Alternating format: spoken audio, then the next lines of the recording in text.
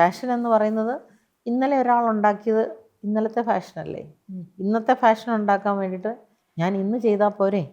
അപ്പം പേളിമാണിയുടെ കല്യാണത്തിന് പേളിമാണിക്ക് പല്ലൂല് എനിക്ക് എൻ്റെ ശ്രീനിയുടെ ഫോട്ടോ ഒരു പല്ലൂല് വരുന്നൊരു മന്ത്രകോടിയാണ്, ഒരു കല്യാണ സാരി എനിക്ക് വേണം എന്ന് പറയുന്നത്. അപ്പോൾ ഞാൻ ആദ്യം എങ്ങനെ ഈ പേസ്റ്റിൽ മടുത്തു, ഇനി എന്തെങ്കിലും പുതിയൊരു കളർ, ഡാർക്കും വേണ്ട, ഇനി എന്തെങ്കിലും വേറെ. ഞാൻ ചോദിച്ചു ആകപ്പാടെ പാൻറ്റോൺ ചാർട്ടിലുള്ള കളർ മാത്രമേ നമ്മൾ ഫോളോ ചെയ്തുള്ളൂ, അതിൽ കൂടുതൽ ഇനി കളർ നമ്മൾ എവിടെ നിന്ന് ഒപ്പിക്കും. ആ സ്റ്റോറിൽ ഇരിക്കുന്ന ഒരു പ്രോഡക്റ്റ് പോലും എൻ്റെ കൈ തൊടാത്തതോ എൻ്റെ കണ്ണ് കാണാത്തതോ ഇല്ല. ഒരു പ്രോഡക്റ്റ് പോലും. ജെൻസ് മാത്രമുള്ളൊരു കടയിലൊക്കെ കയറി ചെല്ലുമ്പോൾ ഇവരെല്ലാവരും നമ്മളിങ്ങനെ അത്ഭുതത്തോടു കൂടി നോക്കുക. പക്ഷേ പ്രത്യേകിച്ച് കേരളത്തിൽ നിന്ന് വരുന്ന ആകെ 1-2 ലേഡീസാണ് കേരളത്തിൽ നിന്ന് സാരി സോഴ്സിങ്ങിന് ചെല്ലുന്നത്. അപ്പോൾ ഞാൻ പറഞ്ഞു, sir Raja Ravi Varma, he was from Kerala. പുള്ളി ഇത്രയും അറിയപ്പെടുന്നൊരു ആർട്ടിസ്റ്റായിരുന്നു. അതുപോലെ ഡിസൈനിങ് അറിയാവുന്ന ഒത്തിരി പേര് കേരളത്തിലുണ്ട്. ഇതിനകത്ത് ഇറങ്ങിയെങ്കിൽ നമ്മൾ ഫുള്ളി ഇതിനകത്ത് തന്നെ ആവണം. നമ്മൾ ഒരാളെ ഏൽപ്പിച്ചിട്ട് നമുക്കൊരു ബൊട്ടീക്ക് നടത്തുവോ അല്ലെങ്കിൽ ഒരു ടെക്സ്റ്റൈൽ ഏത് ഓഫീസാണേലും നമ്മൾ അതിനകത്ത് 24/7 നമ്മളതിലായിരിക്കണം. ഇന്ത്യയിലെ നമ്പർ 1 ഷോറൂം കേരളത്തിലാണ്, അത് മിലൻ ഡിസൈൻ ആണ് എന്ന് പറയിപ്പിക്കണം എന്നുള്ളതാണ് എൻ്റെ ഇന്നത്തെ ഡ്രീം.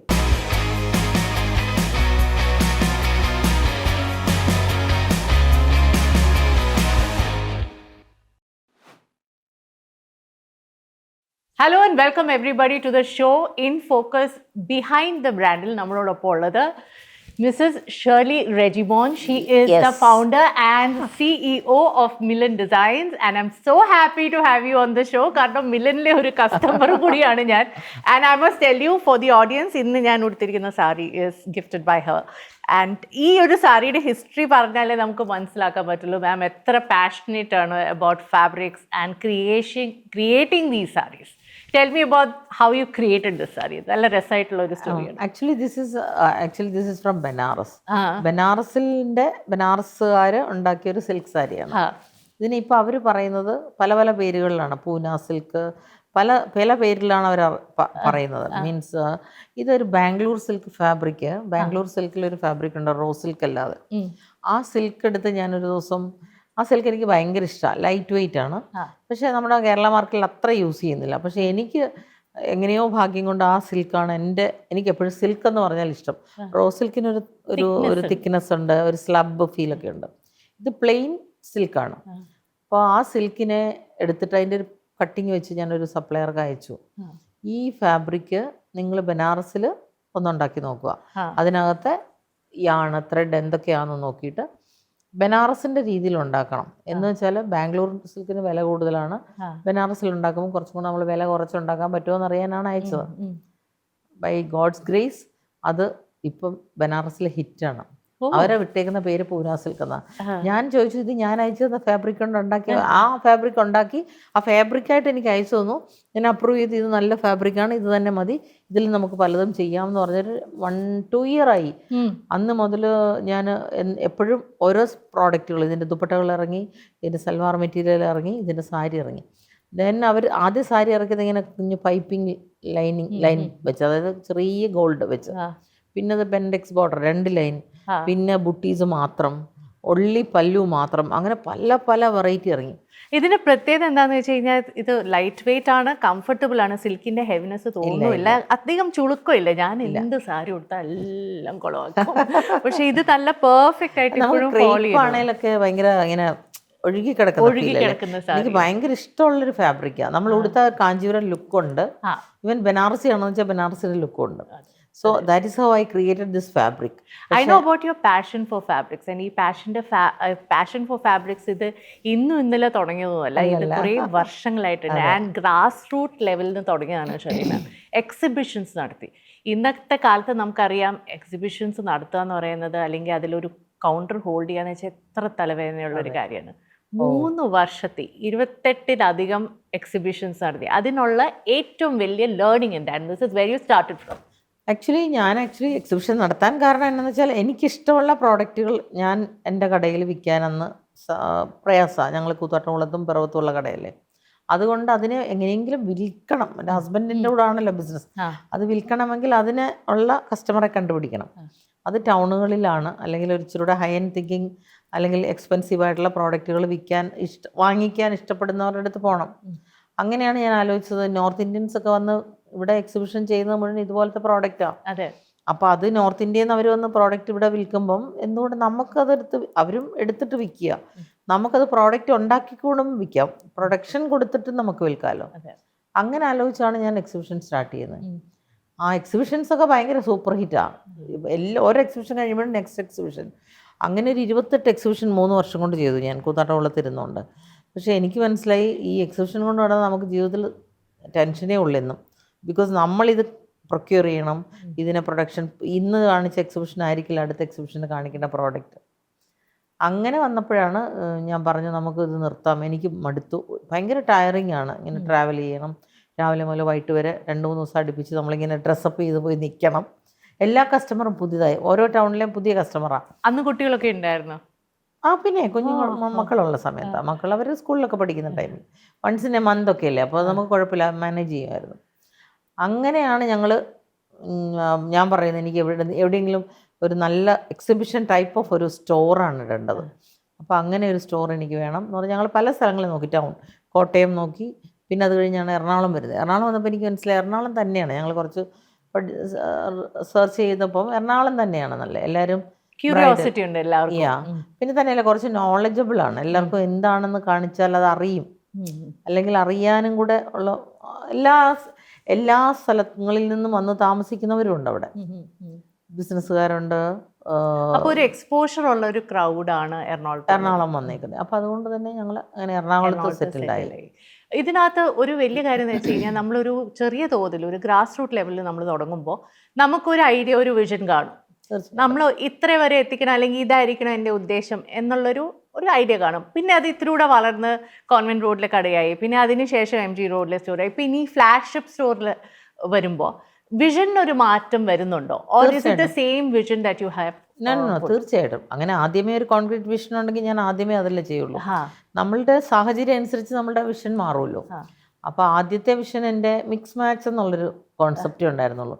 അതായത് സൽവാർ അന്ന് സാരി ഉണ്ട്, അത് റെഗുലർ സാരികൾ, സാരി ഷോപ്പുകളിലൂടെയുള്ള കടകളിൽ കിട്ടുന്ന കുറച്ച് സാരികൾ, അതല്ലാതെ കാഞ്ചീപുരം ഉണ്ട്, ബനാറസ് വളരെ കുറവാണ്, കോട്ടൺ സാരി, കോട്ട സാരി, അങ്ങനത്തെ സാരികളാണ്. പക്ഷെ എനിക്ക് അന്ന് മിക്സ് മാച്ച് ചെയ്യുക എന്നുള്ളതായിരുന്നു എൻ്റെ ഇഷ്ടം. അപ്പം മിക്സ് മാച്ചിൻ്റെ ഒരു ഷോറൂം തുടങ്ങണം എന്നായിരുന്നു ആദ്യം. അതായത് ഫാബ്രിക്കുകൾ, പല ടൈപ്പ് ഓഫ് ഫാബ്രിക് വെക്കണം, ദുപ്പട്ടാസ് വെക്കണം, അതിനുള്ള മെറ്റീരിയൽസ് ബോട്ടം വെക്കണം, ലേസസ് വെക്കണം. എന്നിട്ട് ആ കസ്റ്റമർ വന്ന് ഇഷ്ടപ്പെട്ട് കസ്റ്റമൈസ് ചെയ്തെടുക്കുമ്പം ഞാൻ അങ്ങനെയാണ് എൻ്റെ ഔട്ട്ഫിറ്റുകൾ ഉണ്ടാക്കുന്നത്. ബോംബെ മാർക്കറ്റിൽ പോയി ഞാൻ അങ്ങനെയായിരുന്നു ചെയ്യുന്നത്. അപ്പം അങ്ങനെ ഒരു മാർക്കറ്റ് പോലെ ഒരു സ്റ്റോർ നമുക്ക് തുടങ്ങിയാൽ ഇത് പുതിയതായിരിക്കും. കേരളത്തിൽ അങ്ങനെ ഇല്ല ആരും. അപ്പം ഫാബ്രിക് വിൽക്കുന്നവരുണ്ട്, പക്ഷേ ഈ കൈൻഡ് ഓഫ് ഫാബ്രിക്സ് ഡിഫറെൻ്റ് ആണല്ലോ. അങ്ങനെ ഞാൻ ഒരു നോർത്ത് ഇന്ത്യൻ ബേസ്, അതായത് അങ്ങനത്തെ ഒരു കോൺസെപ്റ്റിൽ ഇഷ്ടപ്പെടുന്ന കസ്റ്റമറെ എറണാകുളത്തല്ല ഓൾ കേരള ഉണ്ടെന്നറിയാം, നമുക്കിത് അവൈലബിൾ അല്ല, അതുകൊണ്ടാണ് നടക്കാത്തത്. അപ്പം അങ്ങനെയാണ് ഞാൻ അങ്ങനെ ഒരു മിക്സ് മാച്ച് കോൺസെപ്റ്റിലൊരു സ്റ്റോർ കോൺവെന്റ് ജംഗ്ഷനിൽ 2010 സ്റ്റാർട്ട് ചെയ്തത്. അതിനുശേഷം MG റോഡിലേക്ക് വന്നു. അപ്പോൾ MG റോഡിൽ വന്നപ്പോൾ എങ്ങനെയാണ് മാറ്റം? 2010 അവിടെ ഒരു 4 വർഷം 4 ഇയർ ആയപ്പോൾ എനിക്ക് കടയിൽ ഞാൻ പറഞ്ഞല്ലോ ഓവർഫ്ലോ ആയി. പിന്നെ അവിടെ അപ്പം ഞാൻ സാരീസ് കുറച്ച് കയറ്റി, സാരീസ് തുടങ്ങി, ടസേഴ്സ്, കാഞ്ചീപുരം, കുറച്ച് സെലക്റ്റഡ് കാഞ്ചീപുരംസ്, നമുക്ക് അത്രയും വെക്കാനുള്ള സ്ഥലമേ ഉണ്ടായിരുന്നുള്ളൂ. അങ്ങനെ വെച്ച് കഴിഞ്ഞപ്പം എനിക്ക് തന്നെ മനസ്സിലായി കസ്റ്റമർക്ക് നമ്മുടെ ടേസ്റ്റ് ഇഷ്ടമാവുന്നുണ്ട്. പിന്നെ അങ്ങനെ ഞാൻ സാരിയെ കുറിച്ച് കുറേയും കൂടെ ഡീപ്പായിട്ട് സാരിയിലേക്ക് ഇറങ്ങിയപ്പോഴാണ് മനസ്സിലായത് MG റോഡിലൊരു സ്റ്റോർ വരുവാണെങ്കിൽ അത് നമ്മൾ സാരീനെ കോൺസെൻട്രേറ്റ് ചെയ്യണം കൂടുതൽ, apart from fabrics, mix and match. പക്ഷേ മിക്സ് ആൻഡ് മാച്ച് ആണ് നമ്മുടെ USP. നമ്മളെ കസ്റ്റമേഴ്സ് നമ്മളെ ഇവിടെ വരെ എത്തിച്ചത് മിക്സ് ആൻഡ് മാച്ച് എല്ലാം നമ്മുടെ ഫാബ്രിക് സെക്ഷൻ കൊണ്ടാണ്. സോ സാരിയിലേക്ക് വരണമെന്ന് ഓർത്തിട്ടാണ് MG റോഡിൽ വന്നപ്പോൾ സാരി ഫുൾ ഫ്ലെഡ്ജിൽ സാരി ആക്കിയതും. മിക്സ് മാച്ചിന് എന്നാൽ ഒട്ടും കുറവ് വരുത്തിയില്ല. അത് നല്ല നമ്മളായിട്ടുണ്ടാക്കുന്ന പ്രോഡക്റ്റ്, എന്തെങ്കിലും പുതിയ പുതിയ പ്രോഡക്റ്റുകൾ നമ്മൾ ഉണ്ടാക്കാൻ. ഞാൻ സാരി ഉണ്ടാക്കിയിട്ടുണ്ട്, സാരി ഉണ്ടാക്കി മിക്സ് ആൻഡ് മാച്ചിൽ. അല്ല, അതെന്ന് പറഞ്ഞാൽ ഒരു കസ്റ്റമറുടെ ഇഷ്ടമാണല്ലോ. നമ്മൾ തന്നെ ഒരു പ്രോഡക്റ്റ് ഉണ്ടാക്കുന്ന ഇഷ്ടം. ഈവൻ നമ്മുടെ കിച്ചണിലാണെങ്കിൽ പോലും നമ്മൾ തന്നെ ഒരു പ്രോഡക്റ്റ് ഉണ്ടാക്കി, അല്ല ഒരു ഫുഡ് ഉണ്ടാക്കിയിട്ട് അത് നല്ലതാണെന്ന് കേൾക്കുമ്പോൾ ഉള്ള സന്തോഷമില്ലേ, ആ ഒരു ഹാപ്പിനെസ് അല്ലെങ്കിൽ ആ ഒരു സൈക്കോളജി അവിടെ വർക്കൗട്ടായി. സോ അത് കുറേ ആൾക്കാർക്കൊരു ബൊട്ടീക്ക് തുടങ്ങാനുള്ള ഇൻസ്പിറേഷനായി. എനിക്ക് തോന്നുന്നു ഞാൻ പറഞ്ഞിട്ടുണ്ട് 2-3 ബൊട്ടീക്കുള്ള സമയമാണ് പനമ്പള്ളി നഗറിലൊക്കെ നമ്മൾ ഈ ബൊട്ടീക്ക് ഓണേഴ്സിനെ ഉണ്ടാക്കിയെടുത്തത്. ഇപ്പോൾ ഇവിടെയുള്ള ഓൾമോസ്റ്റ് ഒരുവിധപ്പെട്ട ബൊട്ടീക്കുകളൊക്കെ ഇൻസ്പയർഡ് ആണ് മില്ലൻ. അപ്പം നമ്മൾ ഫ്ലാഗ്ഷിപ്പ് സ്റ്റോറിലേക്ക് വരുമ്പോൾ ഞാനൊരു കസ്റ്റമർ എന്ന നിലയ്ക്ക് ഞാൻ എന്താണ് എക്സ്പെക്ട് ചെയ്യുന്നത്? What is going to be your USP for the show?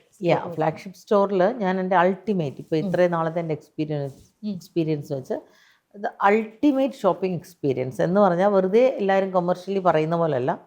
നിങ്ങൾക്ക് ഇന്ത്യയിലുള്ള എവിടെ ഇപ്പോൾ ബാലുശ്ശേരി അല്ലെങ്കിൽ കലംകാരി അല്ലെങ്കിൽ ബാന്തേജ് അല്ലെങ്കിൽ അജ്രക് അങ്ങനെയുള്ള സ്ഥലങ്ങളിൽ, അതായത് ആർട്ടിസാൻസ് കൂടുതൽ കഷ്ടപ്പെട്ട് വർക്ക് ചെയ്യുന്ന, കൂടുതൽ ടൈം കൺസ്യൂമിങ് ആയിട്ടുള്ള, പവർലൂമിൽ നിന്ന് വരാത്ത, പവർലൂമിൽ എന്ന് പറഞ്ഞാൽ ഒരു ദിവസം 10-40 സാരി പ്രൊഡക്ഷൻ ഇറങ്ങുന്ന പവർലൂമുണ്ട്. അതൊക്കെയാണ് ഓൺലൈനിൽ കൂടുതലും ചെയ്യുന്നത്. അങ്ങനെയുള്ള സാരികളല്ലാതെ അല്ലാത്ത സാരികൾ നമുക്ക് വളരെ റെയറായിട്ട് കിട്ടുന്ന സാരികളുടെ ഒരു ഭയങ്കര കളക്ഷൻ തന്നെ വെച്ചിട്ടുണ്ട്. സോ നിങ്ങൾ എടുത്തില്ലെങ്കിലും നിങ്ങൾ വന്ന് കാണണം ആ സാരികൾ. ബിക്കോസ് ഇന്ത്യയിലെ ഒരു സ്റ്റോർ പോലും ഇത്രയും കളക്ഷൻ ഒരുമിച്ച് വെച്ചിട്ടുണ്ടാവില്ല. അതുപോലെ സാരി കളക്ട് ചെയ്തിട്ടുണ്ട്, ഉണ്ടാക്കിയിട്ടുണ്ട്, കളേഴ്സ് കൊടുത്ത് ചെയ്യിച്ചിട്ടുണ്ട്. കഴിഞ്ഞ ഓഗസ്റ്റ് മുതൽ ഞാൻ അതിൻ്റെ പുറകിലായിരുന്നു. I can imagine, I'm really eager. ഈ ബ്രൈഡലിലേക്ക് മൂവ് ചെയ്യുക അതൊരു സ്ട്രാറ്റജിക് മൂവ് തന്നെയായിരുന്നു? തീർച്ചയായിട്ടും. ബ്രൈഡൽ എന്ന് പറയുമ്പം ഞാൻ ആലോചിക്കുമ്പോൾ ഞങ്ങൾ 24/7 നമ്മൾ വർക്കിങ്ങിലാണ്. ഈവൻ ഉറക്കത്തിൽ പോലും നമ്മൾ സ്വപ്നത്തിലാണ്, കളറും കാര്യങ്ങളും. ഓണെന്ന് വരുന്നതേ അയ്യോ ഇന്നെന്താ ദിവസം, ഇന്നെന്താ പുതിയത്, ഇങ്ങനെ ആലോചിച്ചിട്ടാണ് വരിക. അപ്പോൾ ഞാൻ ആലോചിക്കുമ്പം നമ്മൾക്കൊരു ബ്രൈഡൽ കസ്റ്റമർ വരിക എന്ന് പറഞ്ഞാൽ അവർക്ക് ബ്രൈഡ്സിന് ഉള്ള സാരി നമ്മൾ ഏറ്റവും ദ ബെസ്റ്റ് കൊടുക്കാൻ പറ്റുവാണെങ്കിൽ ബാക്കി എല്ലാ സാരിയും അവിടെ നിന്ന് തന്നെ എടുക്കും. ഗിഫ്റ്റ് സാരി എടുക്കും, അമ്മയ്ക്കുള്ള സാരി എടുക്കും, എല്ലാം നമ്മുടെ സ്റ്റോറിൽ നിന്ന് തന്നെ എടുക്കും. അപ്പം ബ്രൈഡൽ സെഗ്മെൻറ്റിലേക്ക് നമ്മൾ കയറുക എന്നുള്ളതായിരുന്നു MG റോഡിൽ എൻ്റെ ഏറ്റവും വലിയ വിഷയം. അപ്പോൾ MG റോഡിൽ വന്ന് 1-2 വർഷം ഞാൻ അനങ്ങാതിരുന്നു. സാധാരണ സാരികളൊക്കെ ബ്രൈഡലുണ്ട് എന്നാലും ഇരുന്നു.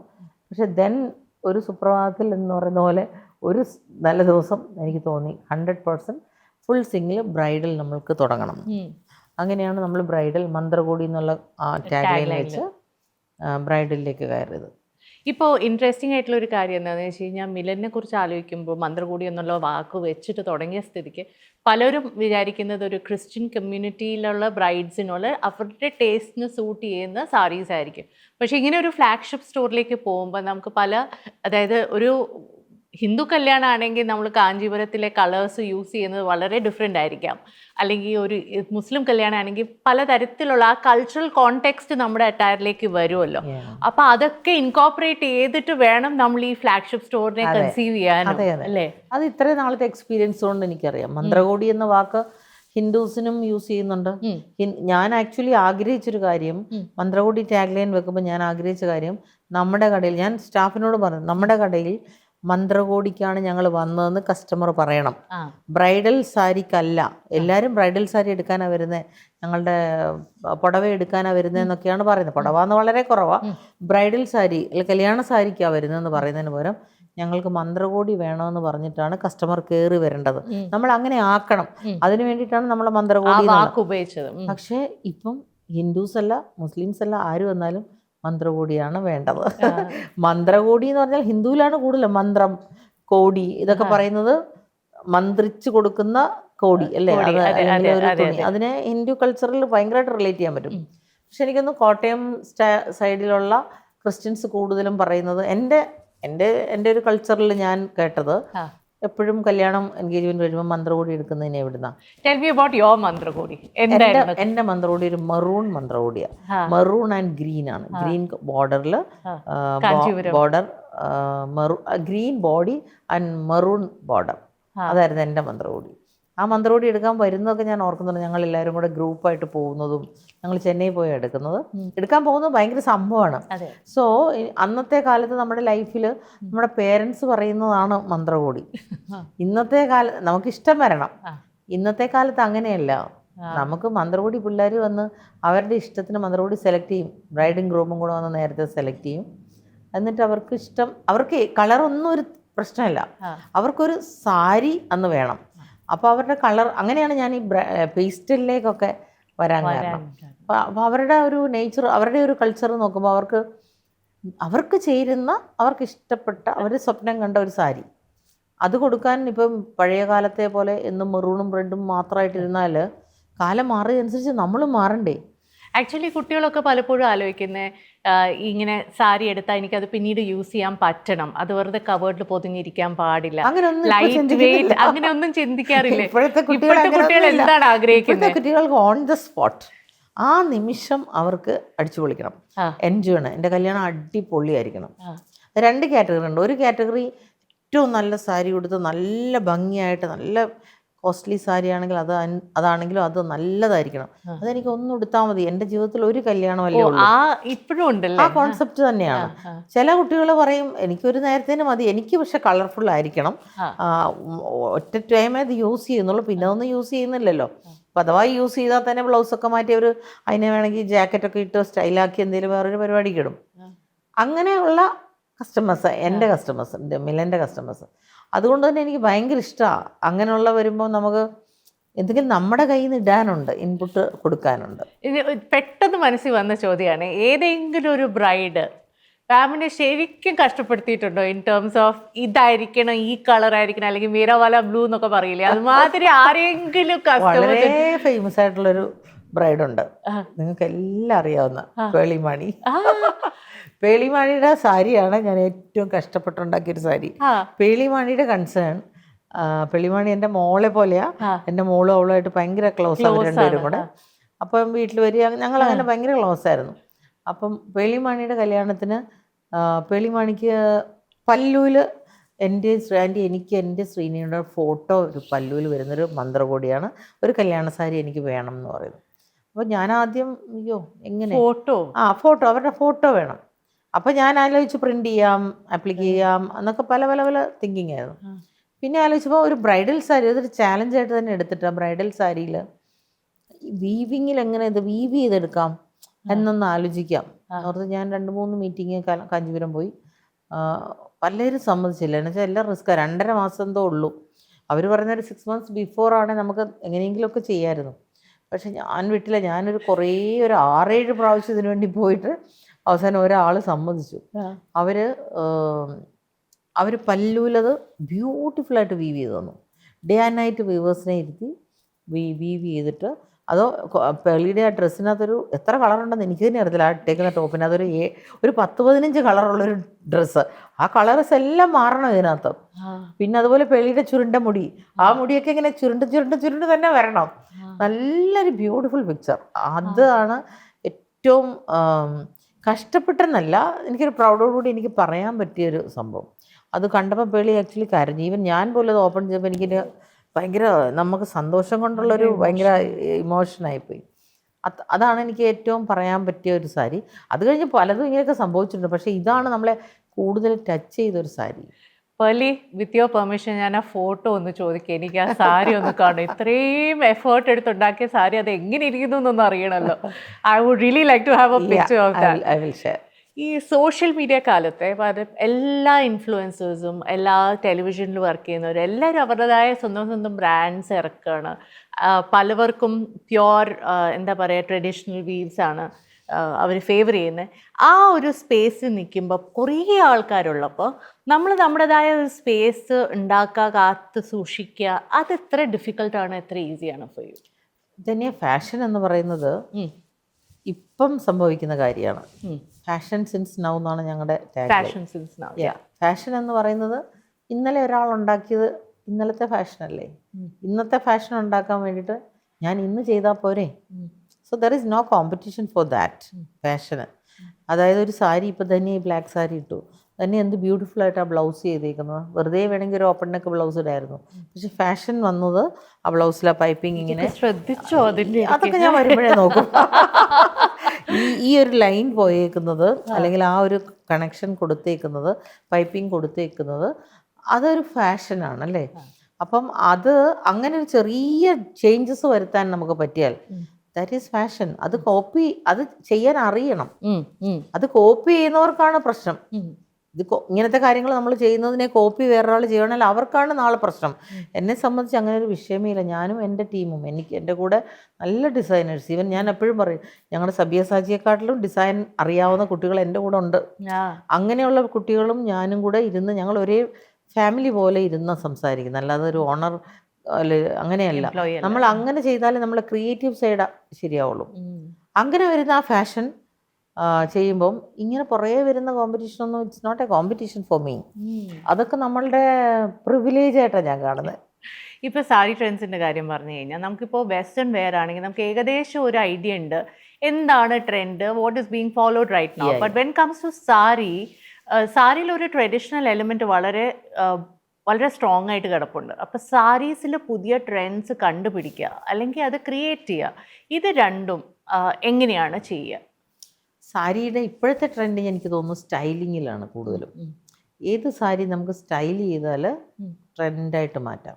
ഓക്കെ, അതിന് ബുദ്ധിയുള്ള കുട്ടികളുണ്ടെങ്കിൽ അവർക്ക് പഴയ സാരി ആയാലും മതി, ബ്ലൗസ് സ്റ്റൈൽ ചെയ്താൽ മതി, അല്ലെങ്കിൽ സാരിയിലെ ഡ്രേപ്പിംഗ് ഡിഫറെൻ്റ് ആക്കിയാൽ മതി, ആൻഡ് ആക്സസറൈസ് ചെയ്യുക, അത്രേ ഉള്ളൂ. അത് വെരി സിമ്പിളായിട്ടുള്ള കാര്യമാണ്. പിന്നെ ആസ് എ പ്രൊഡക്ഷൻ ചെയ്യുന്ന ഒരാളെന്നുള്ള നിലയിൽ പ്രോഡക്റ്റ് ഇറക്കുക എന്നുള്ളതാണ് എൻ്റെ ടാസ്ക്. അത് ഓട്ടോമാറ്റിക്കലി വരും, depends upon the fabric availability, അല്ലെങ്കിൽ സീസണൽ. നമ്മളിപ്പോൾ ഓണത്തിന് നമ്മൾ പുതിയത് ഇറക്കണം, അത് കഴിയുമ്പോൾ ഞാനിപ്പോൾ എൻ്റെ ഓണത്തിൻ്റെയൊക്കെ നമ്മുടെ കഴിഞ്ഞു, ഓണം കഴിഞ്ഞു, ഇനി നമ്മൾ ക്രിസ്മസിനെ കുറിച്ച് ആലോചിച്ച് തുടങ്ങി എന്താണെന്നുള്ളത്. അപ്പോൾ അത്രയും ഓൾറെഡി അത്ര എന്നാലേ നടക്കുള്ളൂ. പ്രൊഡക്ഷൻ അല്ലെങ്കിൽ നടക്കില്ലല്ലോ. നമ്മളൊരു 6 months അല്ലെങ്കിൽ 4 months പ്രയർ നമ്മൾ തുടങ്ങും. 4 months ഒന്നും ഇപ്പോൾ പോരാ, ബിക്കോസ് ഫാഷൻ അത്ര ഫാസ്റ്റായിട്ടാണ് മൂവ് ചെയ്യുന്നത്. അപ്പോൾ ഒരു 6 months പ്രയർ നമ്മൾ ചെയ്യണം. നമ്മൾ ക്രിസ്മസിന് എന്താണ് ചെയ്യേണ്ടതെന്ന് അത് എൻ്റെ തലയിൽ മാത്രം ഉണ്ടാവേണ്ട ഒരു കാര്യമാണ്. അത് ദൈവം തരേണ്ട വിസ്ഡമാണ്. അത് കിട്ടണേന്ന് പ്രാർത്ഥിച്ചുകൊണ്ട് എവരി മൊമെൻ്റ് നടക്കുന്ന ഒരാളാണ് ഞാൻ. അപ്പം അത് നമുക്ക് ട്രെൻഡാവും. എങ്ങനെയാണെന്ന് വെച്ചാൽ അത് may be because of practice, അല്ലെങ്കിൽ നമ്മൾ ഇത്രയും വർഷത്തെ എക്സ്പീരിയൻസ് ഉണ്ടാവാം, നമ്മുടെ കസ്റ്റമറുടെ ഫീഡ്ബാക്ക് ആവാം. ചില കസ്റ്റമർ പറയില്ലേ, ഈ കഴിഞ്ഞ ദിവസം എന്നോടൊരു കസ്റ്റമർ പറഞ്ഞു, ഈ പേസ്റ്റിൽ മടുത്തു, ഇനി എന്തെങ്കിലും പുതിയൊരു കളർ, ഡാർക്കും വേണ്ട, ഇനി എന്തെങ്കിലും വേറെ. ഞാൻ ചോദിച്ചു, ആകപ്പാടെ പാൻറ്റോൺ ചാർട്ടിലുള്ള കളർ മാത്രമേ നമ്മൾ ഫോളോ ചെയ്തുള്ളൂ, അതിൽ കൂടുതൽ ഇനി കളർ നമ്മൾ എവിടെ നിന്ന് ഒപ്പിക്കും? ആൻറ്റി കളറുകളെല്ലാം കൂടെ മിക്സ് ചെയ്ത് എന്തെങ്കിലുമൊക്കെ കളർ ഉണ്ടാക്കാൻ ഡയറോട് പറ, പുതിയ കളർ വേണം. അതെന്നെ സ്ട്രൈക്ക് ചെയ്തിട്ട് ഞാൻ ആക്ച്വലി എൻ്റെ ഡയറിൻ്റെ അടുത്ത് ഞാൻ പറഞ്ഞിട്ടുണ്ട്, കുറേ കട്ട് പീസസ് തുണി കൊടുത്തിട്ടുണ്ട്, എവറി ഡേ ഒരു 10 കളർ വെച്ച് പുതിയത് മിക്സ് ചെയ്ത് ഉണ്ടാക്കി കാണിക്കാൻ പറഞ്ഞേക്കുക. അപ്പോൾ നമുക്ക് വിൽ ഗെറ്റ് ഒരു ദിവസം 10 കളർ അയാൾ ഉണ്ടാക്കണം. 10 കളർ ഉണ്ടാക്കുന്നതിന് എന്താ കുഴപ്പം? പുള്ളി മിക്സ് ചെയ്യുന്ന എവറി ഡേ ഡൈയിങ് നടക്കുന്നുണ്ട്, മിക്സ് ചെയ്യുന്ന കൂട്ടത്തിൽ പുള്ളി എന്തെങ്കിലുമൊക്കെ കളറുകൾ ഉണ്ടാക്കും. മേ ബി ദൈവത്തിൻ്റെ അനുഗ്രഹം കൊണ്ട് ചിലപ്പം വേണേൽ ഒരു നല്ല കളർ നമുക്ക് കിട്ടാം. 10 കളർ കൊണ്ടുവരുന്നതിൽ മിക്കവാറും എല്ലാം തന്നെ ഞാൻ വിടും, വേണ്ടെന്ന് പറഞ്ഞിട്ട്. ബുദ്ധിയുള്ളവരുണ്ടാക്കി വെച്ച കളറാണല്ലോ ഇത്. പക്ഷെ I expect something very different, A colour that we can showcase for the next season.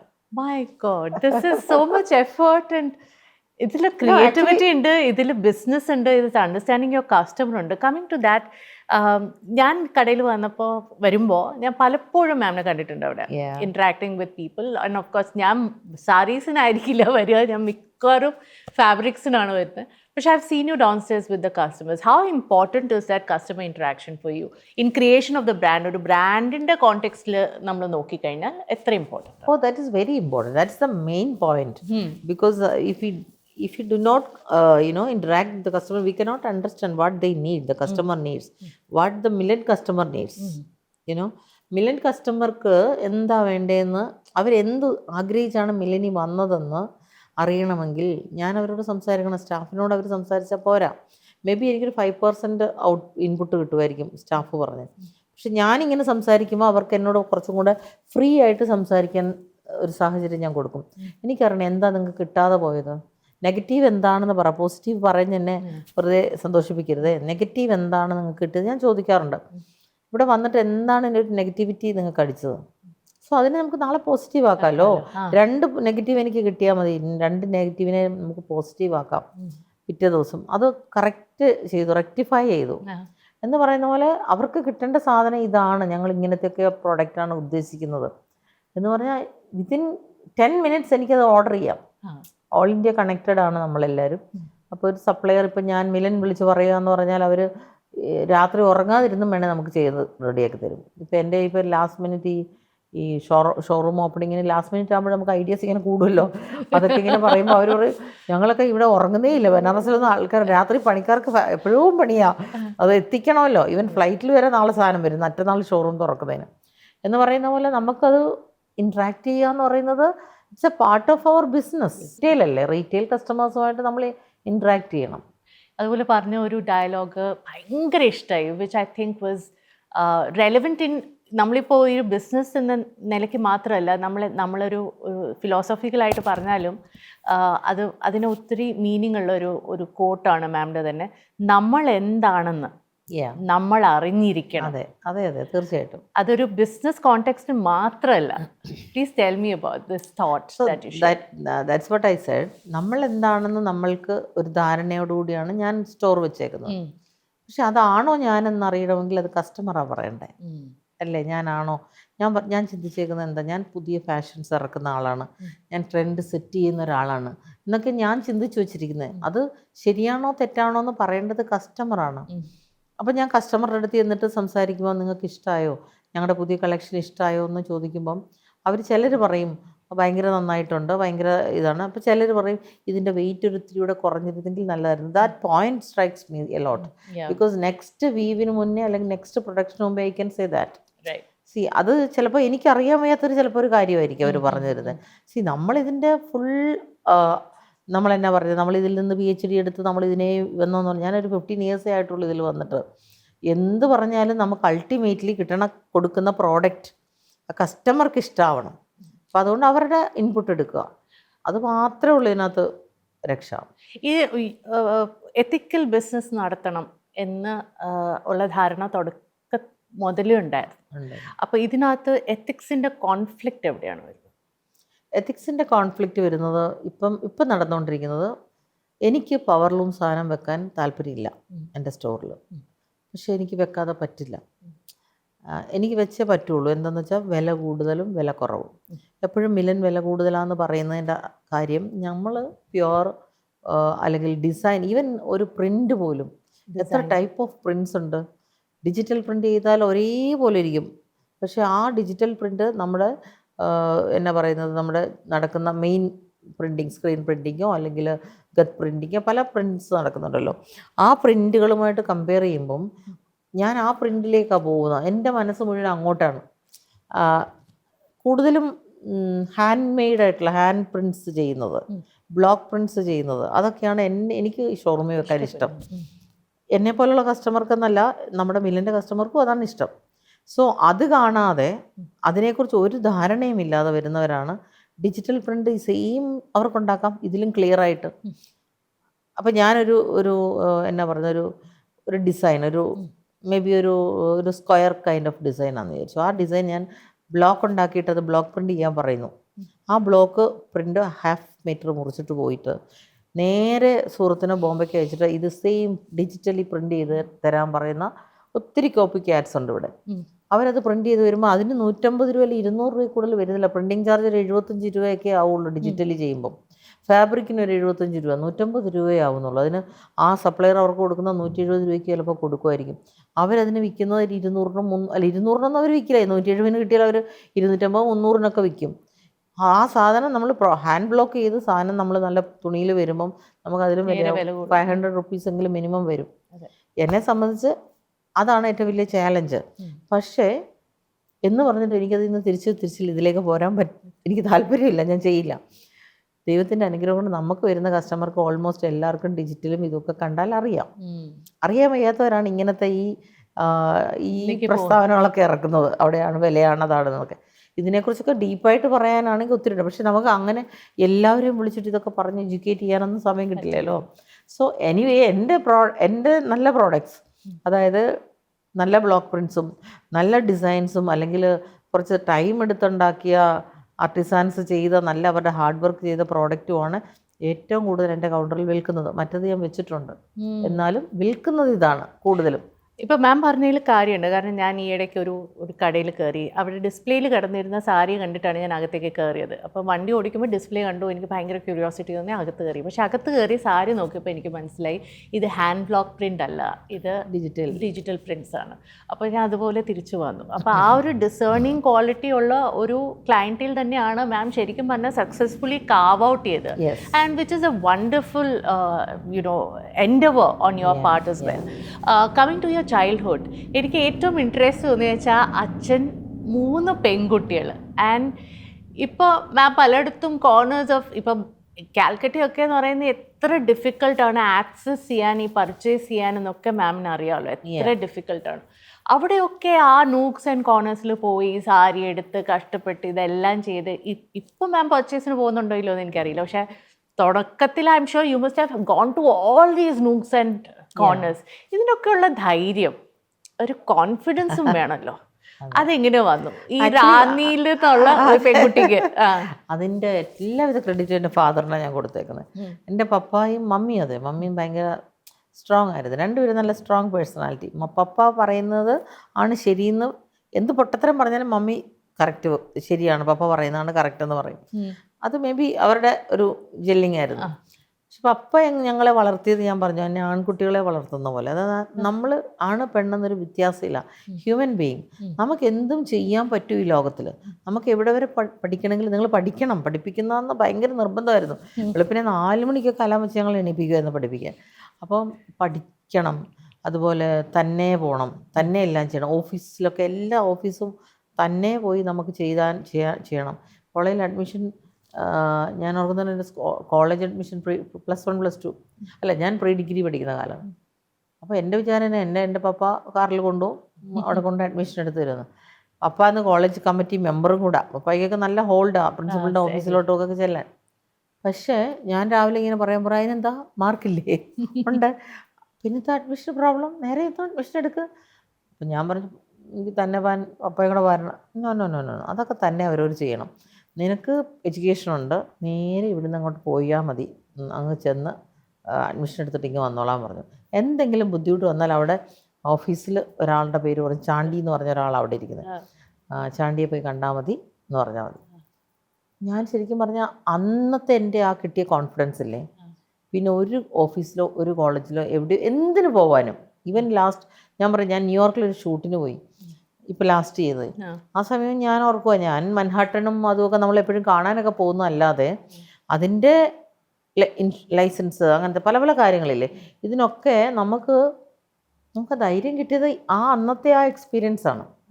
Parents കൊടുക്കുന്ന ധൈര്യം. ഞങ്ങളെല്ലാം അങ്ങനെയായിരുന്നു. ഡ്രൈവിംഗ് പഠിക്കണം, ഈവൻ വീട്ടിൽ കറണ്ട് പോയാൽ ഫ്യൂസ് ഊരി ലൈൻ കെട്ടാനും, അല്ലെങ്കിൽ ഞാൻ ഓർക്കുന്നത് ടി വി ഒന്ന് കേടായാൽ ടി വിയുടെ ബാക്കി കാര്യങ്ങൾ ചെയ്യിക്കുക, മോട്ടർ കേടായ മോട്ടറിൻ്റെ. എൻ്റെ വീട്ടിൽ വന്നു കഴിഞ്ഞപ്പോൾ എൻ്റെ ഭർത്താവ് ഭയങ്കര ഇതിൻ്റെ മെക്കാനിക്കാണ്. അപ്പം എനിക്കൊന്നും ചെയ്യേണ്ടി വന്നില്ല. ഇപ്പം ഞാൻ അതിനകത്തോട്ടൊന്നും തൊടത്തില്ല. പക്ഷെ അന്ന് ഞാനിതെല്ലാം ബേസിക്കലി ഞങ്ങളെ പഠിപ്പിച്ചിരുന്നു ഫാദർ. അപ്പോൾ ആ ഒരു കോൺഫിഡൻസ് ലെവല് ഭയങ്കര നന്നേ തന്നതാണ്. സോ അതായിരിക്കാം മേ ബി. പിന്നെ പപ്പയുടെ ഒരു ബ്ലഡൊക്കെ ഇച്ചിരി ഉണ്ടല്ലോ അമ്മയുടെ.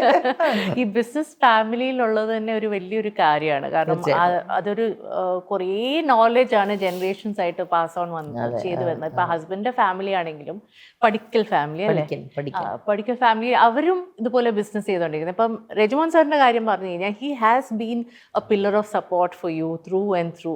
നിങ്ങൾ ആദ്യമായിട്ട് എടുത്ത ഏറ്റവും വലിയ ഡിസിഷൻ, ഒരു കോൺഫ്ലിക്റ്റഡ് ആയിട്ടുള്ള ഡിസിഷൻ ഏതായിരുന്നു? And what was the outcome of it? ഭാര്യയും ഭർത്താവും ആണല്ലോ, അപ്പൊ നിങ്ങൾ തമ്മിൽ നല്ലൊരു കോൺവെർസേഷൻ അല്ലെങ്കിൽ കോൺഫ്ലിക്റ്റ് കഴിഞ്ഞിട്ടായിരിക്കും ഒരു വലിയ ഡിസിഷൻ. അത് ഏതായിരുന്നു? അത് ഞങ്ങൾ ആക്ച്വലി MG റോഡിലേക്ക് മാറുന്ന തീരുമാനം. MG റോഡിലേക്ക് ഞാൻ സ്റ്റോർ മാറുമ്പം അവിടെ മെട്രോയുടെ പണി നടക്കുക. മെട്രോ എന്ന് പറഞ്ഞാൽ ഇങ്ങനെ പ്രൊക്ലൈനൊക്കെ വന്നിട്ട് കല്ലൊക്കെ ഇടിച്ച് പൊളിച്ച് അവിടുത്തെ കടക്കാരെല്ലാം ഓടി രക്ഷപ്പെടുന്ന സമയമാണ്. പക്ഷെ എനിക്ക് ഭയങ്കര കോൺഫിഡൻസ് ആയിരുന്നു, അവിടെ സ്റ്റാർട്ട് ചെയ്താൽ കട വിജയിക്കും. പക്ഷെ അത് മോൻചായന, ഞാൻ മോൻചായൻ എന്നാണ് വിളിക്കുന്നത്. മോൻചായൻ അത് ഓക്കെയാണ്, ഞാൻ പറയുന്നത് വിശ്വാസമാണ്. പക്ഷെ എന്നാലും മോൻചായൻ പറയുന്നത് നമുക്ക് ഇപ്പോൾ MG റോഡിൽ തന്നെ വേണോ, ഇത്രയും പ്രശ്നം നടക്കുന്ന സ്ഥലത്തോട്ട് പോവാൻ നമുക്ക് ഹൈവേയിലോ അല്ലെങ്കിൽ അങ്ങോട്ടേക്കാണ് മാറിയാലോ. No I said no, it's MG road. ഞാൻ തീരുമാനിച്ച MG റോഡാണ്. ഞാൻ ഡൽഹിയിലും ബോംബെയിലും ഒക്കെ ഉള്ള ഈ മെട്രോ നടക്കുന്ന സ്ഥലങ്ങളിലൊക്കെ ഇടയിൽ കൂടെ നടന്ന് എത്രയോ കിലോമീറ്റേഴ്സ് നടന്ന് വണ്ടി പോകാത്ത നടന്ന് നമുക്ക് നല്ല പ്രോഡക്റ്റ് കിട്ടുന്ന സ്ഥലങ്ങളിൽ പോകുന്നുണ്ട്. Because I have the confidence that I can bring out new products അല്ലെങ്കിൽ സംതിങ് വെരി യുണീക്ക്. അപ്പോൾ അത് വാങ്ങിക്കാൻ ലേഡീസ് അല്ലേ, അവർ വരും. മോൻചാനൊന്ന് സമ്മതിച്ചാൽ മതി. അത് ഞങ്ങൾ തമ്മിലൊരു ഒരാഴ്ചത്തെ പൊരിഞ്ഞടിയായിരുന്നു. അവസാനം ഞാൻ എൻ്റെ പപ്പായ ഇറക്കി. പപ്പായ ഇറക്കിയപ്പോൾ പപ്പ പറഞ്ഞു, അവൾക്ക് വിൽക്കാൻ പറ്റുമെങ്കിൽ റജിമോൻ നീ എന്തിനാ ടെൻഷൻ അടിക്കുന്നത്, അവൾ കൊണ്ടുവന്നിട്ട് അവൾക്ക് വിൽക്കാമെന്ന് അവൾക്ക് കോൺഫിഡൻസ് ഉണ്ടെങ്കിൽ നിങ്ങൾ സപ്പോർട്ട് ചെയ്യുക, നിങ്ങൾ അങ്ങോട്ടും ഇങ്ങോട്ടും സപ്പോർട്ട് ചെയ്യണം. വഴക്കെന്ന് പറഞ്ഞാൽ ഇങ്ങനെ തമ്മിലുള്ള ഐഡിയോളജിക്കലി ഞങ്ങളുടെ കോൺഫ്ലിക്റ്റാണ്. അങ്ങനെയാണ് ഞങ്ങൾ ലാസ്റ്റ്. പിന്നെ എൻ്റെ ഹസ്ബൻഡ് ഓക്കെ പറഞ്ഞാൽ പിന്നെ എനിക്ക് ധൈര്യമാണ്, എല്ലാം റെഡിയാക്കി തരും. അപ്പോൾ പുള്ളി ഓക്കെ പറഞ്ഞു. ഒരു സുപ്രഭാതത്തിൽ എന്നോട് പറഞ്ഞു പെട്ടെന്ന് എഗ്രിമെൻ്റ് എഴുതാൻ പോവാ, റൂം റെഡി ആയിട്ടുണ്ട് വന്നോളാൻ പറഞ്ഞു. അയ്യോ ഞാൻ ഞെട്ടിപ്പോയി. MG റോഡിൽ അപ്പോൾ അതിൻ്റെ ഫ്രണ്ടിലെ പ്രൊക്ലൈനൊക്കെ. അപ്പം ഞാൻ അവിടെ ചെന്നിട്ട് റോഡൊക്കെ കണ്ടപ്പോൾ എന്നോട് പറഞ്ഞു ഇത്രയൊക്കെ സംഭവങ്ങൾ ഇവിടെ നടക്കുന്നുണ്ട്, വിജയിപ്പിക്കണം കേട്ടോ എന്ന് പറഞ്ഞു. ഞാൻ പറഞ്ഞു നോ പ്രോബ്ലം. ഞാൻ 1 ഇയറാണ് ടൈം ചോദിച്ചിരിക്കുന്നത്. എൻ്റെ നമ്മളിപ്പോൾ ഇൻവെസ്റ്റ് ചെയ്തിരിക്കുന്ന പ്രോഫിറ്റ് അല്ല പൈസ ഇറക്കിയിരിക്കുന്ന ഇൻവെൻട്രി തിരിച്ചെടുക്കാൻ. അതിന് മുന്നേ തന്നെ ഞാനത് തിരിച്ചെടുക്കും എന്ന് പറഞ്ഞു. ഇനി 6 months കൊണ്ട് അത് തിരിച്ചു കിട്ടി. ആ ഓപ്പണിംഗ് ഡേ തന്നെ എനിക്ക് തോന്നുന്നു ഏറ്റവും കൂടുതൽ സെയിൽ നടന്ന അന്ന് എറണാകുളത്തെ കട നമ്മുടെ ആയിരിക്കും. അതുപോലെ സൂപ്പർ ഹിറ്റായിരുന്നു. What is your relationship with money like? കാരണം ബിസിനസ് ഫാമിലീസ് ആകുമ്പോൾ നിങ്ങൾക്ക് പൈസ എന്ന് പറയുന്നത് ഒരു എന്താ പറയുക, ഒരു റോളിങ് എലമെൻ്റ് ഉണ്ട്. എങ്ങനെയാണ്, what was your relationship initially before getting into business and ഇപ്പോഴെങ്ങനെയാണ് മാറിയിരിക്കുന്നത്? അന്നും ഇന്നും മണി എന്ന് പറയുന്നത് എൻ്റെ ഒരു പ്രശ്നമല്ലായിരുന്നു. എൻ്റെ കൈയുടെ രാശിയാന്ന് തോന്നുന്നു. എൻ്റെ പേഴ്സ് എൻ്റെ കൈ നോക്കി എൻ്റെ ഒരു സപ്ലയർ പണ്ട് കൽക്കട്ടയിൽ പറഞ്ഞ പുള്ളി മരിച്ചുപോയി, ഇയാളുടെ പേഴ്സിൽ ഒരിക്കലും പൈസ ഇല്ലാതാവില്ല, എന്നും പൈസ ഉണ്ടാവും, പക്ഷേ പൈസയ്ക്ക് ഒരു ദാരിദ്ര്യം ഉണ്ടാവില്ലെന്ന്. അതെനിക്ക് ഇപ്പോഴും എൻ്റെ വിശ്വാസം. അത് എന്ന് വെച്ചാൽ എനിക്ക് പൈസയ്ക്ക് പ്രോബ്ലം എന്ന് ഒരിക്കലും അങ്ങനെ വന്നിട്ടില്ല.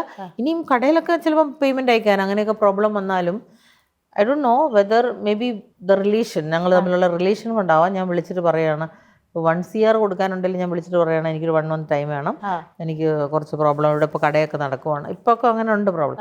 പറഞ്ഞാൽ അവർ no problem, take your own time എന്നാണ് പറഞ്ഞേക്കുന്നത്. Maybe because of our relation, നമ്മൾ അത്ര റിലേഷൻ ഉണ്ടെങ്കിൽ അത്രയും അറ്റാച്ച്ഡ്, നമ്മളെ ഫാമിലി പോലെ കണക്റ്റഡ് ആയതുകൊണ്ടാവാം, മേ ബി ആയിരിക്കും. ഒരു ബിസിനസ് ആയിട്ടല്ല ഞാൻ അതിനെ കാണുന്നത്. ഈവൻ പർച്ചേസിന് പോലെ എൻ്റെ ഒരു വീട്ടിലേക്ക് ചെല്ലുന്ന പോലെ ചെല്ലാൻ പറ്റുന്നിടത്താണ് ഞാൻ കൂടുതലും പോകാറുള്ളത്. അതെ, ഈ പർച്ചേസ് എന്ന് പറയുന്നത് ഭയങ്കര ക്രിട്ടിക്കലാണ്. നമ്മുടെ ചോയ്സ്, നമ്മുടെ കൈ എത്തുക, ആ സാധനം ഇഷ്ടപ്പെടുക, കൊണ്ടുവരിക. അപ്പോൾ ഇപ്പോഴും അതിനുള്ള സമയം കണ്ടെത്താറുണ്ടോ? Because that is what your brand is all about, your taste, your choice, ആ യുണീക്നെസ്. എൻ്റെ ഇപ്പോഴത്തെ നമ്മുടെ പുതിയ മിലൻ വരുന്നില്ലേ പീറ്റൂഷ റോഡിൽ, ആ സ്റ്റോറിൽ വിൽക്കുന്ന ഒരു പ്രോഡക്റ്റ് പോലും എൻ്റെ കൈ തൊടാത്തതോ എൻ്റെ കണ്ണ് കാണാത്തതോ ഇല്ല, ഒരു പ്രോഡക്റ്റ് പോലും. അതിനൊക്കെയുള്ള എനർജി എവിടെ? അത് ഈ ഒരു 5-6 മാസമായിട്ട് അത് തന്നെയായിരുന്നു പരിപാടി. ഒന്നിൽ ഞാൻ എൻ്റെ ഡോട്ടറിലെയും കൂടെ പോവും, അല്ലെങ്കിൽ ഞാനും മോനും കൂടെ പോവും, അല്ലെങ്കിൽ ഞാൻ ഹസ്ബൻഡും കൂടെ പോകുമായിരുന്നു. ഹസ്ബൻഡ് വളരെ കുറവായി പ്രാവശ്യം വന്നത്, എന്നാ വെച്ചാൽ ഈ കൺസ്ട്രക്ഷൻ.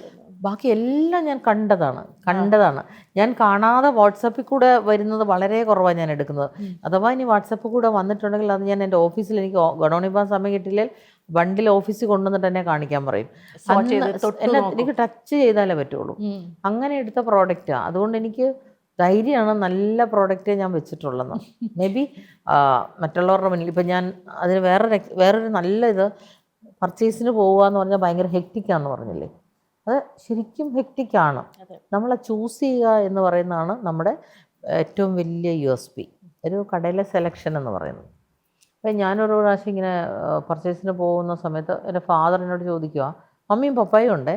അപ്പോൾ അവരെന്നോട് ചോദിച്ചു, നീ എന്താ പ്രാർത്ഥിക്കുന്നത് പർച്ചേസിന് പോകുമ്പോൾ, നീ എന്ത് പ്രാർത്ഥിച്ചിട്ടാണ് പോകുന്നതെന്ന് ചോദിച്ചു. അപ്പോൾ ഞാൻ പറഞ്ഞു, നല്ല സാധനം കിട്ടണേ, പോകുന്ന വഴി പ്രോബ്ലംസ് ഒന്നും ഉണ്ടാവരുത്, ഞാൻ തന്നെയാണെങ്കിൽ എനിക്ക് പ്രശ്നങ്ങളൊന്നും ഉണ്ടാവരുത്, നല്ല പ്രോഡക്റ്റുകൾ ഉണ്ടായിരിക്കണം ഞാൻ ചെല്ലുമ്പം എന്നൊക്കെ പറഞ്ഞാൽ ഞാൻ പോകുന്നതെന്ന് പറഞ്ഞു.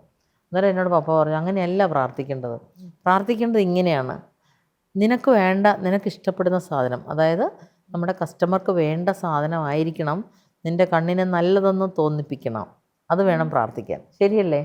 ഭയങ്കര ശരിയാണ്. അതായത് എനിക്കൊരു നീലസാരി കണ്ട് എനിക്കത് ഭയങ്കര ഇഷ്ടമായിട്ട് തോന്നി. പക്ഷെ നമ്മുടെ കസ്റ്റമർക്ക് അത് ചിലപ്പോൾ ഇഷ്ടമല്ലായിരിക്കും. അത് അതിൻ്റെ ഇപ്പറേ കിടക്കുന്ന ഒരു ക്രീം കളർ സാരിയാണ് എൻ്റെ കസ്റ്റമർക്ക് ഇഷ്ടമെങ്കിൽ നമ്മുടെ തലയിൽ വരുന്ന ആ വിസ്ഡം, ദൈവം തരുന്ന വിസ്ഡമാണ് ഇതാണ് നല്ലതെന്ന്.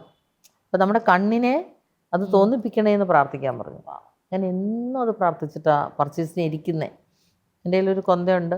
ഞാൻ എന്നും എവിടെ പർച്ചേസിന് ഇരുന്നാലും അല്ലെങ്കിൽ ഡിസൈനിങ്ങിന് ഇരുന്നാലും ഞാൻ പ്രാർത്ഥിക്കുന്ന അതാണ് ഇന്നും. സോ അത് വർക്കൗട്ട് ആവുന്നുണ്ടെന്നാണ് എൻ്റെ വിശ്വാസം. ഇപ്പോൾ ഫാമിലിയുടെ കാര്യം പറഞ്ഞു കഴിഞ്ഞാൽ നമ്മളൊരു ചെറിയ തോതിൽ ബിസിനസ് വളർത്തി ഈ ഒരു ലെവലിലേക്ക് എത്തി, മക്കളായി മരുമക്കളായി ഇവരൊക്കെ വരുമ്പോൾ ഇനിയൊരു വേറൊരു ലെവലിലേക്ക് നമ്മൾ ദൂരത്തൊക്കെ ചിന്തിക്കേണ്ടി വരും. Since you both are the creators of this platform. അപ്പം നിങ്ങൾ എന്താണ് ധരിച്ചു വെച്ചിരിക്കുന്നത് for your kids? How do you see them taking this business forward later? Actually ഞങ്ങൾ രണ്ടുപേരും മോനോടും മോളോടും പറഞ്ഞിരിക്കുന്ന കാര്യം, ഞങ്ങൾ ഒത്തിരി സ്ട്രഗിൾ ചെയ്തു, ഞങ്ങൾ ഒത്തിരി ഹാർഡ് വർക്ക് ചെയ്തു. പക്ഷേ ഞങ്ങൾ ഓരോ മൊമെൻറ്റും എൻജോയ് ചെയ്ത ആൾക്കാരുമാണ്. ഈവൻ പർച്ചേസിന് പോയാലും ഞങ്ങൾ വൈകിട്ട് നമുക്ക് പറ്റുന്ന രീതിയിൽ എന്തെങ്കിലും റെസ്റ്റോറൻറ്റിൽ പോവുക അല്ലെങ്കിൽ ഫ്രണ്ട്സ് ഉണ്ട് അവരോട് പോവുകയൊക്കെ ചെയ്ത് നമ്മൾ എൻജോയ് ചെയ്യുമായിരുന്നു. സോ അത് തന്നെ ചെയ്യണം ജീവിതത്തിൽ എന്ന് പറഞ്ഞിട്ടുണ്ട്. വർക്കേ ജോലി ബിസിനസ് എന്ന് പറഞ്ഞിട്ട് ജീവിച്ചാൽ 50-60 വയസ്സ് കഴിയുമ്പം ഷുഗറും പിടിച്ച് പ്രഷറും പിടിച്ച് അന്നോ നമ്മൾ എൻജോയ് ചെയ്തില്ല. ജീവിക്കുന്നത് അങ്ങനെ എൻജോയ് ചെയ്ത് ജീവിച്ചോളൂ എപ്പോഴും. പക്ഷേ വർക്കിംഗ് ടൈമിൽ നമ്മുടെ ടൈം ഫ്രെയിമുണ്ട്. രാവിലെ 9:30 10 to 7:30 8 വരെ. ആ സമയത്ത് സിൻസിയറായിട്ട് നമ്മൾ വർക്ക് ചെയ്യണം. ആ വർക്ക് ചെയ്തു കഴിഞ്ഞാൽ ഓട്ടോമാറ്റിക്കലി ബ്ലെസ്സിങ്സ് വരും. ഹാർഡ് വർക്കിന് ബ്ലെസ്സിങ് ഉണ്ട്. അത് ബൈബിളിൽ തന്നെ പറഞ്ഞിട്ടുണ്ട്. നമ്മളുടെ പ്രാർത്ഥന എന്ന് പറയുന്നത്, ഏറ്റവും വലിയ പ്രാർത്ഥന എന്ന് പറയുന്നത് നമ്മുടെ ഹാർഡ് വർക്കാണ്, നമ്മുടെ അധ്വാനമാണ്. ബൈബിളിലെ ഒരു ഇതാണ്. അത് നമ്മൾ ചെയ്യണം. അത് ചെയ്യാതെ വൈകിട്ടൊന്നും പാർട്ടിന്നും അല്ലെങ്കിൽ എല്ലാവരും കൂടെ ട്രിപ്പും ഒക്കെ പറഞ്ഞാൽ അത് നമ്മൾക്ക് ഉൾക്കൊള്ളാൻ പറ്റില്ല. മോനോടൊക്കെ if you want you can start branches വേണമെങ്കിൽ. പക്ഷേ ആ ബ്രാഞ്ച് മേക്ക് ഷുവർ ചെയ്യണം നമ്മുടെ പേഴ്സണൽ ടച്ച് ഉണ്ടാവണമെന്ന്. ബിക്കോസ് നമ്മളൊരു പേഴ്സണലൈസ്ഡ് സ്റ്റോറാണ് വെച്ചേക്കുന്നത്, കൊമേഴ്ഷ്യൽ സ്റ്റോറല്ല. അതല്ലയോ, ഇത് മാത്രം കൊണ്ട് നന്നായിട്ട് നല്ല പോലെ സെർവ് ചെയ്ത് കസ്റ്റമറിന് സർവീസ് കൊടുത്ത് നല്ലൊരു സ്റ്റോറായിട്ട് അത് വെച്ച് ജീവിക്കാനുള്ള നല്ല വകുപ്പുണ്ട്. അതുകൊണ്ട് ജീവിക്കുക. Then we started online also. Online എന്ന് പറഞ്ഞാൽ ഏറ്റവും ഒരു 100-200 സ്റ്റോർ ഇടുന്നതിന് തുല്യമാണ് നല്ല രീതിയിൽ പോവുകയാണെങ്കിൽ. സോ മാക്സിമം ഓൺലൈൻ ബൂസ്റ്റ് ചെയ്ത് ഓൺലൈനിൽ കൂടെ നല്ല പ്രോഡക്റ്റ് വിട്ട് എത്തിക്കലി നല്ല കാര്യങ്ങൾ ചെയ്ത് വർത്താനം കസ്റ്റമറോട് നല്ല രീതിയിൽ പെരുമാറി ജീവിക്കാൻ പറ്റുവാണെങ്കിൽ അതല്ലേ ഏറ്റവും ഭാഗ്യം. ഒരു ലീഡറിന് വേണ്ട ഏറ്റവും ഇമ്പോർട്ടൻറ്റ് ക്വാളിറ്റീസ് എന്തൊക്കെയാണ്? ഫസ്റ്റ് വൺ, ഡിസിഷൻ മേക്കിംഗ് ആണ് എനിക്ക് തോന്നുന്നു ഏറ്റവും അത്യാവശ്യം. നമുക്ക് എത്ര ഇഷ്യൂസാണ് ഒരു ദിവസം വരുന്നത്. നമ്മൾ ഇത് ചെയ്യണോ അത് ചെയ്യണോ, നമ്മളിങ്ങനെ അത് ചെയ്യണോ ഇത് ചെയ്യണോ എന്നുള്ള കോൺഫ്ലിക്റ്റിൽ വന്നാൽ നമുക്ക് ഒന്നും ചെയ്യാൻ പറ്റില്ല.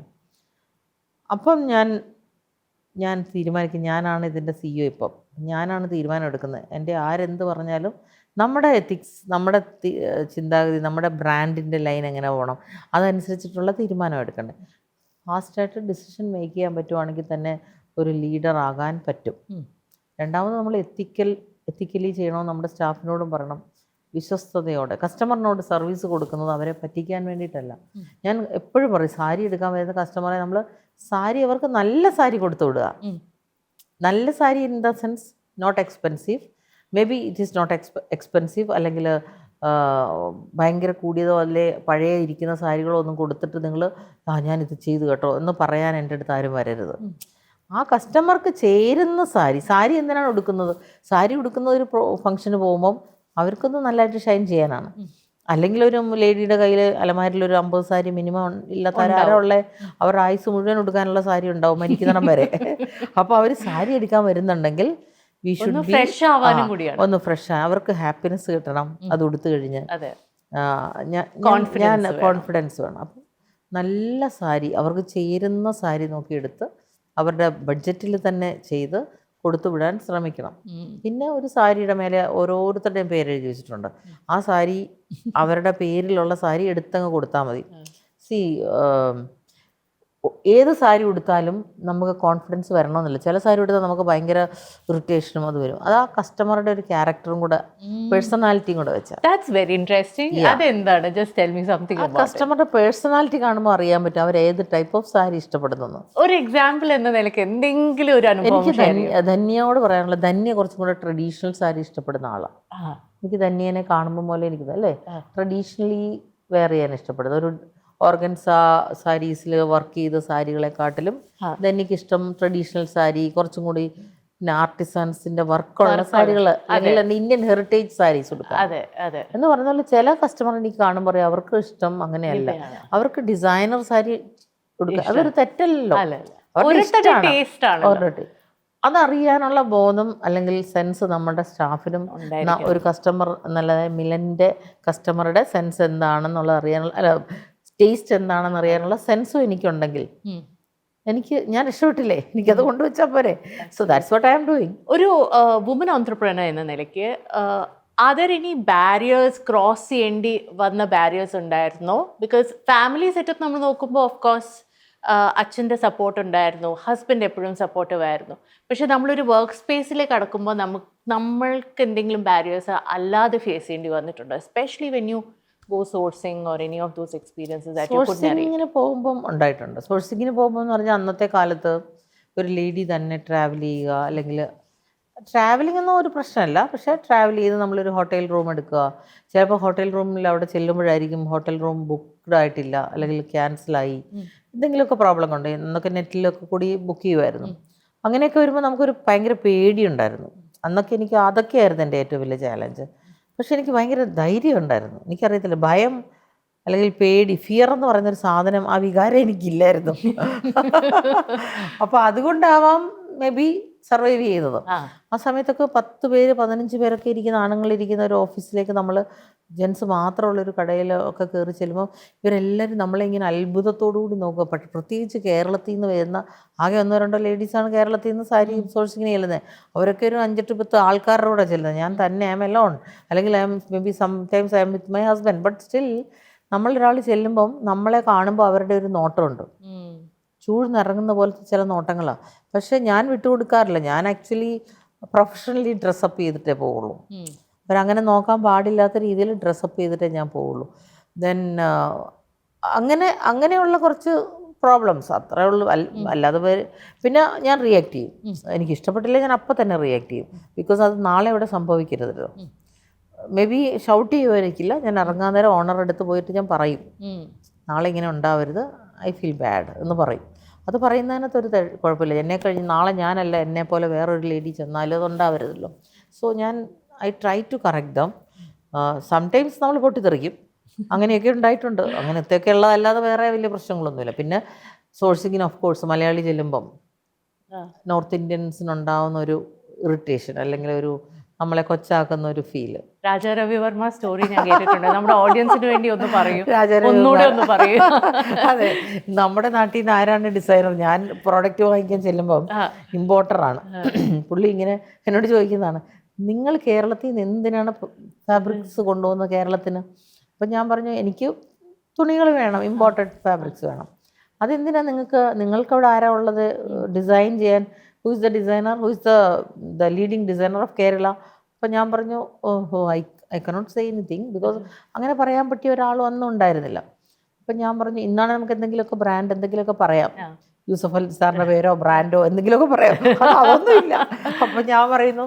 അപ്പം ഞാൻ പറഞ്ഞു, sir Raja Ravi Varma, he was from Kerala. പുള്ളി ഇത്രയും അറിയപ്പെടുന്നൊരു ആർട്ടിസ്റ്റായിരുന്നു. അതുപോലെ ഡിസൈനിങ് അറിയാവുന്ന ഒത്തിരി പേര് കേരളത്തിലുണ്ട്. പക്ഷേ we don't have that fabrics. നമുക്ക് ഫാബ്രിക് ഇല്ലാതെ ഡിസൈൻ ചെയ്യാൻ പറ്റുമോ? ഡാൻസ് ഭയങ്കരമായിട്ട് ഡാൻസ് അറിയാം, പക്ഷേ സ്റ്റേജ് ഇല്ലാതെ ഡാൻസ് കളിക്കാൻ പറ്റുമോ എന്ന് പറയുന്ന പോലെ ഐ നീഡ് ഫാബ്രിക്സ്. അപ്പം ഞങ്ങൾ കാണിച്ചു തരാം മലയാളീസ് ആരാന്ന്. മലയാളീസിൻ്റെ ഞങ്ങളുടെ ബ്ലഡിൽ ഭയങ്കര നല്ല ടേസ്റ്റ്ഫുൾ ബ്ലഡാണ് നമ്മുടെ ഈ മറ്റേ കോൺവെൻറ്റ് വർക്ക് എന്ന് പറയുന്ന കട്ട് വർക്കുകൾ അങ്ങനത്തെയൊക്കെ നമ്മുടെ കേരളത്തിൽ ചെയ്യുന്ന പോലെ ആരും ചെയ്യുന്നില്ല, കൽക്കട്ടയിൽ പോലും ചെയ്യുന്നില്ല. അതൊക്കെ നമ്മുടെ കേരളത്തിലെ സ്ത്രീകൾ ചെയ്യുന്ന, സെൻട്രൽ ട്രാവൻകൂറുകാർ ചെയ്യുന്ന, ഒരു കോട്ടയം സൈഡിലൊക്കെ ചെയ്യുന്ന. അതൊക്കെ ചെയ്യുന്ന ആൾക്കാർ ഒത്തിരി പേരുണ്ട്. പക്ഷേ ഈ ഡിസൈനിങ് നിങ്ങൾ ചെയ്യുന്ന, അതായത് ബോംബെയിൽ ചെയ്യുന്ന ഡിസൈനിങ് ചെയ്യുന്ന ആ ഫാബ്രിക്കുകൾ it is not available there. For that I need that kind of fabric so that we can create and so many designers may come up. So അതല്ലേ സംഭവിച്ചത് ഇപ്പം. അത് സംഭവിക്കാനായിട്ട് നമ്മൾ ആരെങ്കിലും ഒരാൾ ഇറങ്ങണം.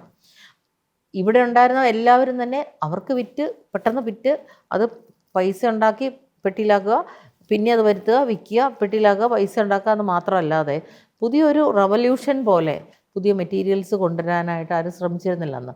ഞാൻ ആരെയും കുറ്റപ്പെടുത്തുന്നതല്ല, because that was the culture there. ആ ടൈമിലെ കൾച്ചർ അതായിരുന്നു.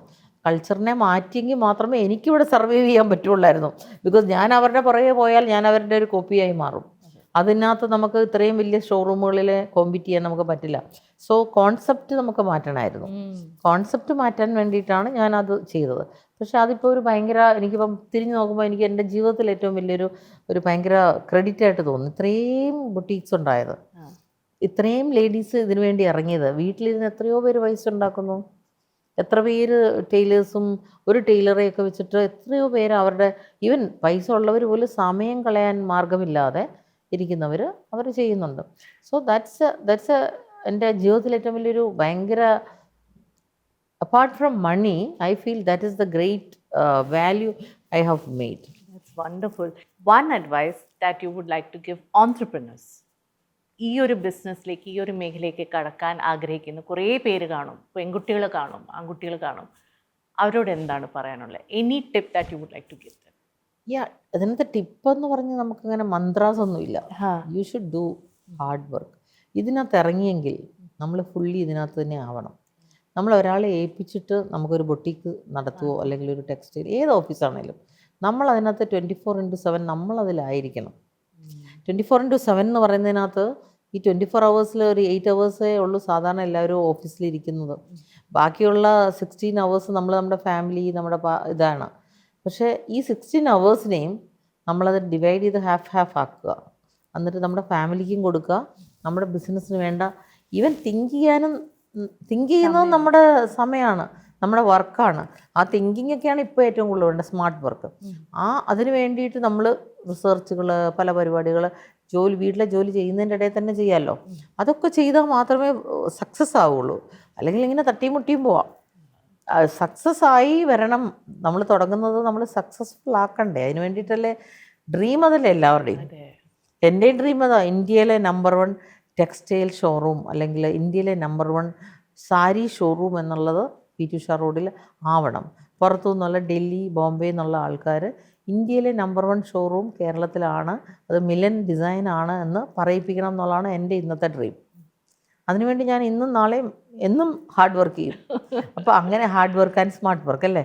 അല്ലെങ്കിൽ നമുക്ക് എന്തൊക്കെ ചെയ്യാൻ പറ്റും അതെല്ലാം നമ്മൾ ചെയ്യും. അതാണ് ചെയ്യേണ്ടത് ഒരു ഓൺട്രപ്രണർ. എൻ്റെ വിശ്വാസത്തിൽ ഞാൻ ഇവിടം വരെ എത്തിയത് അങ്ങനെ ചെയ്തതുകൊണ്ടാണ്.